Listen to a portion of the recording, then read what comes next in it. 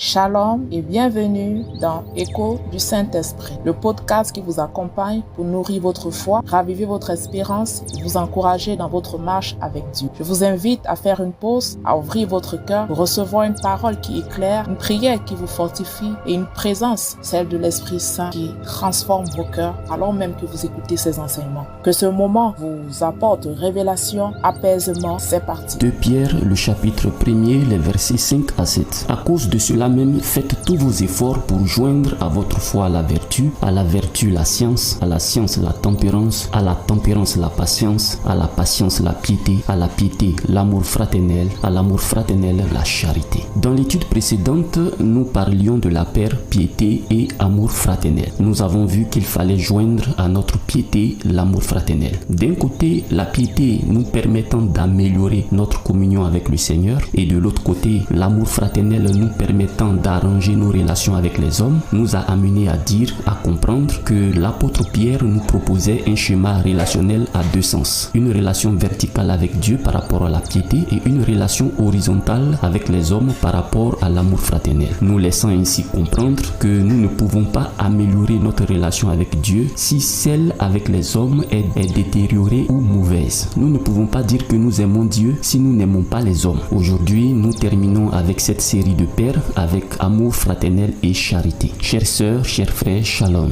Joindre à l'amour fraternel la charité. Tel est le sous-thème de notre étude intitulée Les pères de la vie en Christ. En rappelant que c'est pères avec P-A-I-R-E-S. La paire amour fraternel et charité est citée au 7e verset du chapitre 1er de 2 Pierre. Littéralement, l'amour fraternel veut dire amour entre frères. Il est aussi défini par ce qu'on appelle l'amour philéo. Nous avons vu la dernière fois que le mot grec traduit par amour fraternel est Philadelphia. Philéo vient de Philadelphia. Donc littéralement, l'amour fraternel, c'est l'amour philéo, c'est-à-dire l'amour des proches, si bien que dans philéo, on a la filiation, c'est-à-dire l'attachement, les liens qui nous unissent ou qui nous rapprochent. Mais généralement, cet amour fait référence à un sentiment d'affection et de solidarité entre tous les êtres humains, basé sur l'idée que nous sommes tous membres d'une même famille humaine. C'est là la filiation. Il s'agit d'un amour qui transcende les différences personnelles, sociales ou culturelles et qui encourage la compréhension, la compassion et le respect mutuel. Quant au mot charité, le mot grec traduit est agapé,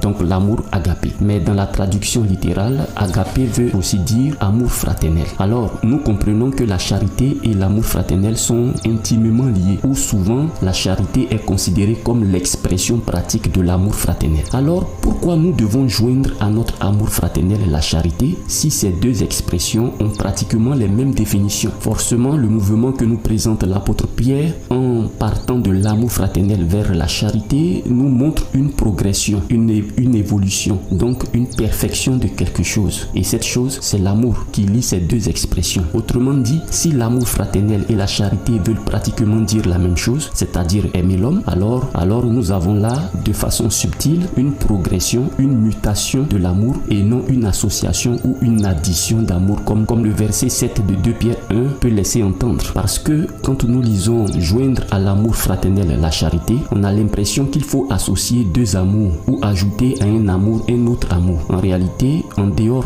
de l'amour éros, l'amour intime entre un homme et une femme, il n'y a plus deux autres types d'amour. Il n'y a plus deux catégories d'amour. Il n'y a qu'un seul amour, l'amour agapé, qui est traduit, comme nous l'avons vu, par charité et en même temps par amour fraternel, et qui est l'amour de Dieu que le chrétien doit avoir. Nous verrons dans cette étude que pour un enfant de Dieu, l'amour philéo ne doit pas normalement exister, parce que de la même manière que tu aimes les membres de ta famille ou tes proches, tu dois normalement aimer aussi comme ça tous les hommes. Alors joindre à l'amour fraternel la charité sous-entend plutôt que l'amour fraternel doit muter ou se transformer en amour de charité. Ça veut dire que notre amour doit connaître une progression, une évolution, une amélioration et non un ajout ou un complément avec un autre amour. Après cet éclaircissement, ce qui en découle, c'est que l'amour fraternel paraît alors comme le début de quelque chose et la charité son apogée, son summum. Donc nous disons que l'amour de Dieu en nous qui nous pousse à aimer les hommes de façon générale a pour apogée, a pour finition ou pour perfection la charité. Alors comment améliorer notre amour fraternel? comment le rendre parfait, comment le transformer en charité. Vous savez, en lisant la Bible, la confusion entre amour et charité est très flagrante, partant d'une traduction biblique à une autre. Par exemple, quand nous lisons 1 Corinthiens chapitre 13, verset 4, pour la traduction Louis II, ça sera « La charité est patiente, elle est pleine de bonté, la charité n'est point envieuse, la charité ne se vante point, elle ne s'enfle point d'orgueil. » Alors que dans d'autres traductions, comme le Semeur, ça sera « L'amour est patient, il est plein de bonté, l'amour n'est point envieux, il ne cherche point à se faire voir, il ne s'enfle point d'orgueil. » Ce qui rend un peu difficile la séparation, la distinction entre amour et charité. Et cela est normal, comme nous l'avons vu, le mot grec agapé, qui veut dire charité, veut aussi dire amour fraternel. Cependant, selon la traduction Louis II, l'apôtre Paul, en prenant l'exemple de l'amour de notre Seigneur Jésus pour nous, a fait ressortir des éléments qui, associés à l'amour, rendent celui-ci charitable, c'est-à-dire des éléments qui transforment l'amour en charité. Éphésiens chapitre 5, verset 2.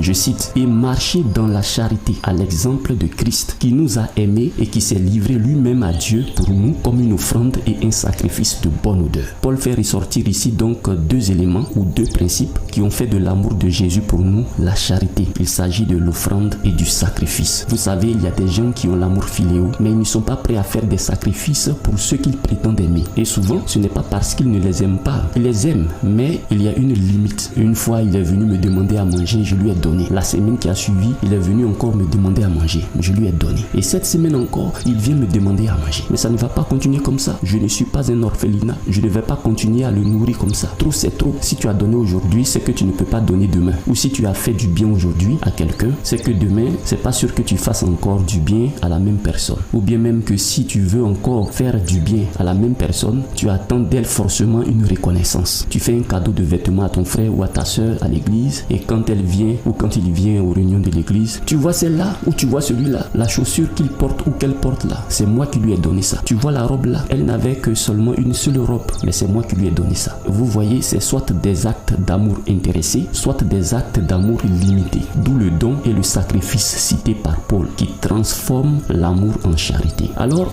la charité, c'est l'amour désintéressé et sacrificiel. Joindre à l'amour fraternel la charité, c'est ajouter à ton amour fraternel la grâce, c'est-à-dire le don et le sacrifice pour transformer cet amour-là en charité. Voilà pourquoi le chrétien, normalement, il ne doit pas avoir trois catégories d'amour, comme nous citons d'habitude l'amour éros, l'amour philéo, l'amour agapé. Sinon, tu vas manifester ton amour en fonction de la personne qui est en face de toi. Tu vas faire ou non du bien à certaines personnes selon qu'elles soient des proches ou pas, selon qu'elles soient des connaissances ou pas. Tu ne peux pas agir de la même manière pour tous les hommes. Autrement dit, tu ne vas pas aimer tous les hommes de la même manière, alors que ce n'est pas la volonté de Dieu pour le chrétien. Jésus ne nous a pas aimés avec une distinction d'amour. Il a aimé et il aime tout le monde de la même manière. Pour le chrétien, à part l'amour agapé, la seule autre catégorie d'amour qu'il peut avoir ou doit avoir, c'est l'amour éros, justement à cause du principe de l'intimité. On n'est pas intime avec tout le monde. Vous savez, lorsque Jésus viendra chercher son épouse, l'église, pour s'unir à elle, il ne verra plus tous les hommes de la même manière. Il partira avec son épouse et puis c'est fini. C'est ce que lui-même il dit en Matthieu chapitre 25, les versets 10 à 12. Nous lisons, pendant qu'elle allait en acheter,